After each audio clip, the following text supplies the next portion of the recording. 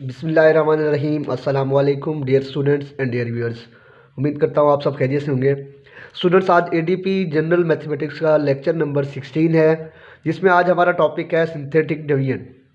हमने अपने previous lecture में फैक्टर थ्योरम और उससे प्रीवियस लेक्चर में रिमाइंडर थ्योरम के बारे में पढ़ा। ये सारे थ्योरम डिवीजन ऑफ पॉलिनोमियल से रिलेटेड है, जिसमें रिमाइंडर थ्योरम में हम रिमाइंडर फाइंड करते हैं कि कैसे रिमाइंडर आपने डायरेक्ट फाइंड करना है, और फैक्टर थ्योरम में हम चेक करते हैं कि फैक्टर कैसे फाइंड करना है।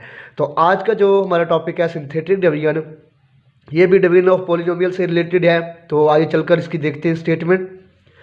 स्टूडेंट्स, इसमें वो कहता है आपके पास a shortcut method for long division of a polynomial F of X by a polynomial X minus A, कि आप जब किसी पोलिनोमियल एफ ऑफ एक्स को दूसरी पोलिनोमियल एक्स माइनस ए पे डिवाइड करते हैं, लॉन्ग डिवीजन जो एक बड़ी डिवीजन हो जाती है, एक पोलिनोमियल जो हाईएस्ट डिग्री की होती है, एक्स की पावर 5 की हो, एक्स की पावर 6 या 7 डिग्री की हो, और आप किसी और दूसरे पोलिनोमियल पे उसे डिवाइड कर रहे हैं, डिवीजन आपकी जो है वो लंबी होती जा रही है, तो उसके लिए एक शॉर्टकट मेथड है जिसे सिंथेटिक डिवीजन कहते हैं।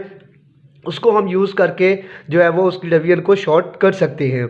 तो इसको हम अभी एग्जांपल इसके लिए एक सॉल्व करते हैं, देखते हैं सिंथेटिक डिवीजन कैसे हम इस पर जो है वो अप्लाई करके सॉल्व करते हैं। तो सिंथेटिक डिवीजन को जो है वो स्टार्ट करने से पहले हम सिंपल डिवीजन में जो फैक्टर, डिवाइज़र या फिर रिमाइंडर, क्वोशिएंट वगैरह होता है, तो उसके बारे में देख लेते हैं। हमारे पास स्टूडेंट जिस तरह आपने देखा हो कि सिंपल अगर आपने 10 को डिवाइड करना है 3 पे, तो इसको हम अर्ली स्टेज में देख चुके हैं कि 10 को 3 पे डिवाइड कर रहे हैं, 3 3 ज़ा 9 माइनस करके यहाँ 1 रह गया। तो अब यहाँ पे कुछ होता है कि आप इसको जो 3 पे डिवाइड कर रहे हैं, इस 3 को कहते हैं जिस पे डिवाइड कर रहे हैं, इसे कहते हैं डिवाइज़र, डिवाइज़र के जिस पे डिवाइड कर रहे हैं, और इस 10 को कहते हैं आप डिवाइडेंड, डिवाइडर में अगर यहाँ लिखूँ 10 को क्या कहते हैं, डिवाइडेड, कि जिस पे आप उसको डिवाइड कर रहे हैं, और इस 1 जो बचता है इसको हम कहते हैं रिमाइंडर, और ये जो ऊपर वैल्यू आती है इसे कहते हैं क्वोशिएंट।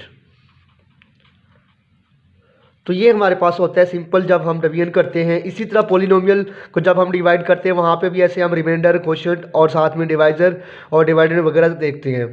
तो सिंथेटिक डिवीजन में एग्जांपल 1 है हमारे पास, कहते हैं आपके पास use synthetic division to find the quotient and remainder when the polynomial this is divided by this, कि आपने सिंथेटिक डिवीजन को यूज़ करते हुए क्वोशिएंट फाइंड करना है एक नंबर पे, सेकंड पे आपने रिमाइंडर फाइंड करना है जब हम इस पोलिनोमियल को इस पे डिवाइड करें। तो अब हम देखते हैं इसका सोल्यूशन। गिवन दैट कि हमें जो पोलिनोमियल गिवन है वो है F of X is equal to X की power 4 minus 10 X square minus 2x plus 4, और हमने डिवाइड किस पे करना है इसे x प्लस 3 पे। तो डिवाइड करने के लिए आपके पास जो है वो एक ही, जिस तरह हमने रिमाइंडर थ्योरम और फैक्टर थ्योरम में एक ही वैल्यू निकाली थी, इसी तरह हम यहाँ से भी निकालेंगे। तो x प्लस 3 को आप 0 पुट करके यहाँ से जो x की वैल्यू आएगी -3। तो ये आपके लिए इंपॉर्टेंट है। अब आपने करना क्या है, सिंथेटिक डिवीजन को यूज़ करने के लिए सबसे पहले आपने पोलिनोमियल को अरेंज फॉर्म में लिखना है। अरेंज फॉर्म से मुराद ये है कि जो हाईएस्ट डिग्री है, फिर उससे लोएस्ट, फिर उससे लोएस्ट, और फिर इस तरह आपने लिखना है इसको। तो ये फोर्थ ऑर्डर जो फोर्थ डिग्री पोलिनोमियल है, जिसमें एक्स की मैक्सिमम पावर 4 है, 4। अब देखिए यहाँ पे एक्स की पावर 4 के बाद एक्स की पावर 2, एक्स की पावर 3 मिसिंग है। तो सिंथेटिक डिवीजन को स्टूडेंट्स यूज़ करने से पहले आपने इसकी अरेंज फॉर्म लिखनी है, जो चीज़ मिसिंग है उसके साथ कोफिशिएंट 0 लगा देना है। तो ये प्लस 0x³ जस्ट हम ये आगे चल के कोफिशिएंट लिखेंगे, तो अपनी आसानी के लिए इसको पहले लिख लें। आगे -10x square minus 2x plus 4। अब ये हमने लिख लिया। अब लिखेंगे बाय सिंथेटिक डिवीजन। अब हम सिंथेटिक डिवीजन यूज़ करने लगे, सिंथेटिक डिवीजन। सिंथेटिक डिवीजन को हम इस स्टेज तक जस्ट क्वोशिएंट और रिमाइंडर फाइंड करने के लिए जो है वो इस्तेमाल कर रहे हैं। वैसे इसको आप दो पोलिनोमियल की डिवीजन करके जब हम रूट्स वगैरह निकालते हैं, तो जो हमारे पास रेड्यूसिबल इक्वेशन बनती है या डिप्रेस्ड इक्वेशन जिसे कहते हैं, तो वो रूट्स, वो एक अलग मेथड है जिसको हम रूट्स वगैरह निकालने के लिए करते हैं। तो यहाँ तक जस्ट आपने सिंथेटिक डिवीजन को यूज़ करते हुए क्वोशिएंट और रिमाइंडर फाइंड करना है। तो अब लिखते हैं आपने करना क्या है कि ये जो कोफिशिएंट है एक्स की पावर 4 का कोफिशिएंट क्या है 1। अब कोफिशिएंट के बारे में ये इंट्रोडक्शन टू अलजेब्रा में हम लेक्चर 1 में पढ़ चुके हैं कि कोफिशिएंट क्या होता है। तो जो एक्स की पावर 4 के साथ है 1, पहले उसको आपने लिखना है। उसके बाद एक्स की पावर क्यूब, उसके साथ कोफिशिएंट क्या है 0 है, ये 0 आ गया। उसके बाद एक्स स्क्वायर के साथ क्या है -10, ये -10 आ गया। एक्स की पावर 1 के साथ क्या है -2, थोड़े से स्पेस देके आपने लिखने हैं। और एक्स की पावर 0 के साथ क्या है 4, तो ये 4 आ गया। सबसे पहला स्टेप क्या है, आपने उस इक्वेशन को अगर अरेंज फॉर्म में है तो ठीक, पॉलिनोमियल नहीं है तो आप उसे अरेंज फॉर्म में लिखें। फिर बाय सिंथेटिक डिवीजन में आपने क्या करना है, उनके जस्ट कोफिशिएंट ऊपर लिखने हैं। दूसरा आपके पास जो ये एक्स की वैल्यू होगी ये क्या है -3, इसको यहाँ लिखना है। ठीक है स्टूडेंट्स, अब जो मेन प्रोसेस आ रहा है उसको आप समझें। आपके पास ये जो फर्स्ट कोफिशिएंट होगा वो जो भी हो 2 हो 3 हो 4 जो भी यहाँ पे होगा उसको आपने सेम एज नीचे उतार लेना, नीचे लिखने। ये 1 है तो मैं इसको सेम एज नीचे 1 लिखूंगा। ठीक है स्टूडेंट्स, उसके बाद आपने क्या करना है, उसके बाद आपने ये करना है कि जो वैल्यू यहाँ नीचे आई है उसको इस -3 के साथ मल्टीप्लाई करवाना है। अब -3 × 1 क्या होगा -3 आएगा। क्या करना है, जो आंसर आएगा उसको इस नेक्स्ट कोफिशिएंट के नीचे लिखेंगे। ये नेक्स्ट कोफिशिएंट के नीचे -3 आ गया। ठीक है स्टूडेंट्स, सबसे पहले जो कोफिशिएंट है पहला उसको वैसे लिखना है। उसके बाद जो नीचे लिखा है आपने इसको और इन दोनों को आपस में मल्टीप्लाई करवाएं। जो आंसर आता है नेक्स्ट कोफिशिएंट के नीचे लिखें। इसके बाद आपने इन दोनों कोफिशिएंट इन दोनों टर्म्स को ऐड कर देना है। 0 + -3 करेंगे तो आपके पास क्या आएगा -3। अब इसके बाद वही सेम प्रोसेस रिपीट करेंगे। -3 यहाँ आया है, इस -3 को इस वैल्यू के साथ मल्टीप्लाई करवाएंगे। जब हम -3 को -3 के साथ मल्टीप्लाई करवाएंगे तो आंसर आएगा +9। तो जो आंसर आएगा उसको आपने नेक्स्ट कोफिशिएंट के नीचे लिख देना है। उसके बाद इन दोनों टर्म्स को आप क्या करेंगे ऐड। जब हम -10 + 9 करेंगे तो आपके पास आएगा -1। अब इस -1 को क्या करेंगे, इस -3 के साथ मल्टीप्लाई। जब -1 × -3 करेंगे तो आपके पास आंसर आएगा +3 और उस जो आंसर आएगा उसको नेक्स्ट कोफिशिएंट के नीचे लिखना है। अब ये हमारे पास आंसर आ गया। -2 को जब आप मल्टीप्लाई करवाएं, -2 को जब आप ऐड करेंगे 3 में तो आपके पास +1 आएगा। अब जो ये आपके पास +1 आया, इसको -3 के साथ मल्टीप्लाई करवाया तो आंसर -3 आया। इन दोनों को जब ऐड किया तो आपके पास आंसर 1 आ गया। तो यहाँ पे डिवीजन जो है हमारी स्टॉप हो गई है। अब आपने करना क्या है, अब आपके पास ये जो लास्ट में वैल्यू बचेगी इसे हम कहेंगे रिमाइंडर। इसे हम कहेंगे ये क्या है, रिमाइंडर है। उसके बाद ये जो आपके पास क्वोशंट, अब उसने कहा क्या था कि आपने क्वोशंट और रिमाइंडर फाइंड करना है। रिमाइंडर हमारे पास जो लास्ट में वैल्यू बचेगी उसे हम कहेंगे रिमाइंडर। वो 1 और 2 -3 जो भी वैल्यू है उसे आपने क्या करना है, रिमाइंडर। और क्वोशंट मैं यहाँ लिख लेता हूँ। क्वोशंट इज इक्वल टू, अब जो ये वाली वैल्यू होगी ये वाली सारी, इसे हम क्वोशंट कहेंगे। और इसे लिखेंगे कैसे, ये 1 पहले किसका कोफिशिएंट था, एक्स की पावर 4 का।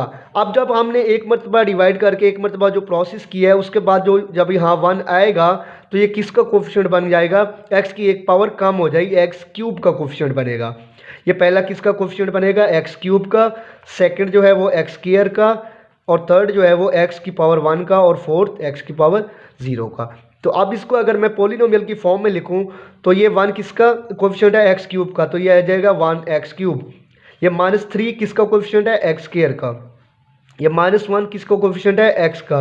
और ये +1 एक्स की पावर 0 का। तो ये जो आपके पास इक्वेशन आएगी उसे हम क्या कहेंगे, ये क्वोशंट है। ये पॉलिनोमियल क्या है, क्वोशंट है। और जो एंड में ये वैल्यू आएगी उसे क्या कहेंगे, रिमाइंडर। तो रिमाइंडर क्या है हमारे पास 1। रिमाइंडर हमारे पास आ गया 1। तो सबसे पहले क्या करना है, आपने इक्वेशन को अरेंज फॉर्म में लिखना है, पॉलिनोमियल को। उसके बाद सिंथेटिक डिवीजन के लिए आपने उनके जो है वो कोफिशिएंट लिख लेने हैं। फिर जो एक्स की वैल्यू आई है उसके साथ ये सारा प्रोसेस जो मैंने बताया है। इसकी एक और एग्जांपल करते हैं ताकि हमें ये मेथड सही से क्लियर हो। अब इसकी जो नेक्स्ट एग्जांपल है हमारे पास, उसमें वो कहता है use synthetic division to find the quotient and remainder. मैं फिर आप लोगों को बता रहा हूँ कि हम इस लेवल पे जस्ट सिंथेटिक डिवीजन को यूज़ करके क्वोशंट और रिमाइंडर सीख रहे हैं कि क्वोशंट और रिमाइंडर कैसे निकालते हैं। कि जब हम इस पॉलिनोमियल को इस पे डिवाइड करें तो सिंपल है, एग्जांपल 1 की तरह f(x) हमें क्या गिवन है, पॉलिनोमियल x³ -7x + 6 डिवाइड किस पे कर रहे हैं, x-2 पे। तो मैंने आप लोगों को क्या बताया था कि x-2 को आपने 0 पुट करके x की वैल्यू निकाल लेनी है। तो x की वैल्यू आई है 2। यहाँ पे ये अरेंज फॉर्म में नहीं है, थर्ड डिग्री पॉलिनोमियल है, 3 के बाद 2 होना चाहिए, वो नहीं है, तो हम इसे अरेंज फॉर्म में लिखते हैं पहले x³ और मैंने आपको बताया जो नहीं होगा उसका कोफिशिएंट क्या होगा, 0। 0x² minus 7x plus 6। अब बाय सिंथेटिक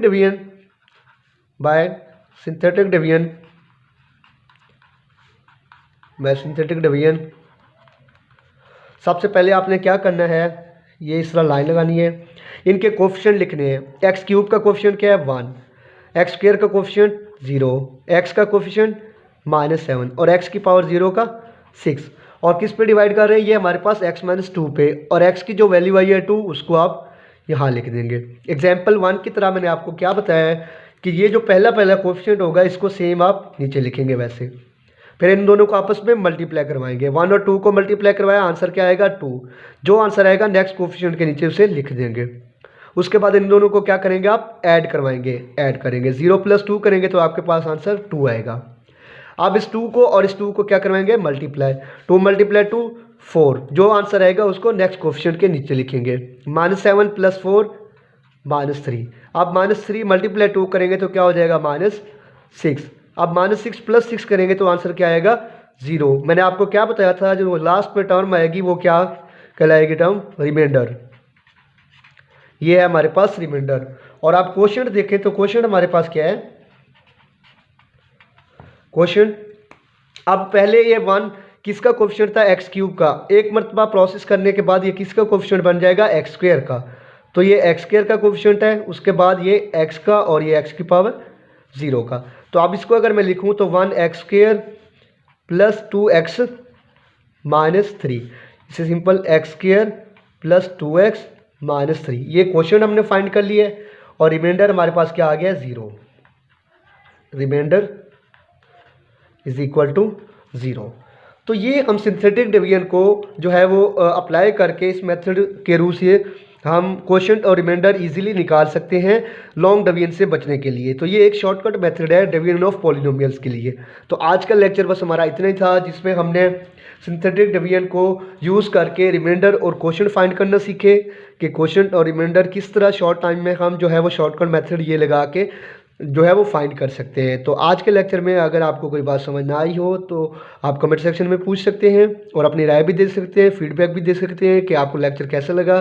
मैं इंशाल्लाह आपको ज़रूर रिप्लाई करूँगा। साथ में आप लोगों से रिक्वेस्ट करूँगा कि अगर आप मेरे चैनल पे न्यू हैं और अभी तक किसी ने सब्सक्राइब नहीं किया तो काइंडली इसे सब्सक्राइब कर लें, और साथ में जो बेल आइकन होता है उसको आपने लाजमी प्रेस करना है, ताकि जब भी मैं कोई नई वीडियो अपलोड करूँगा वो आपको ईजीली मिल जाएगी।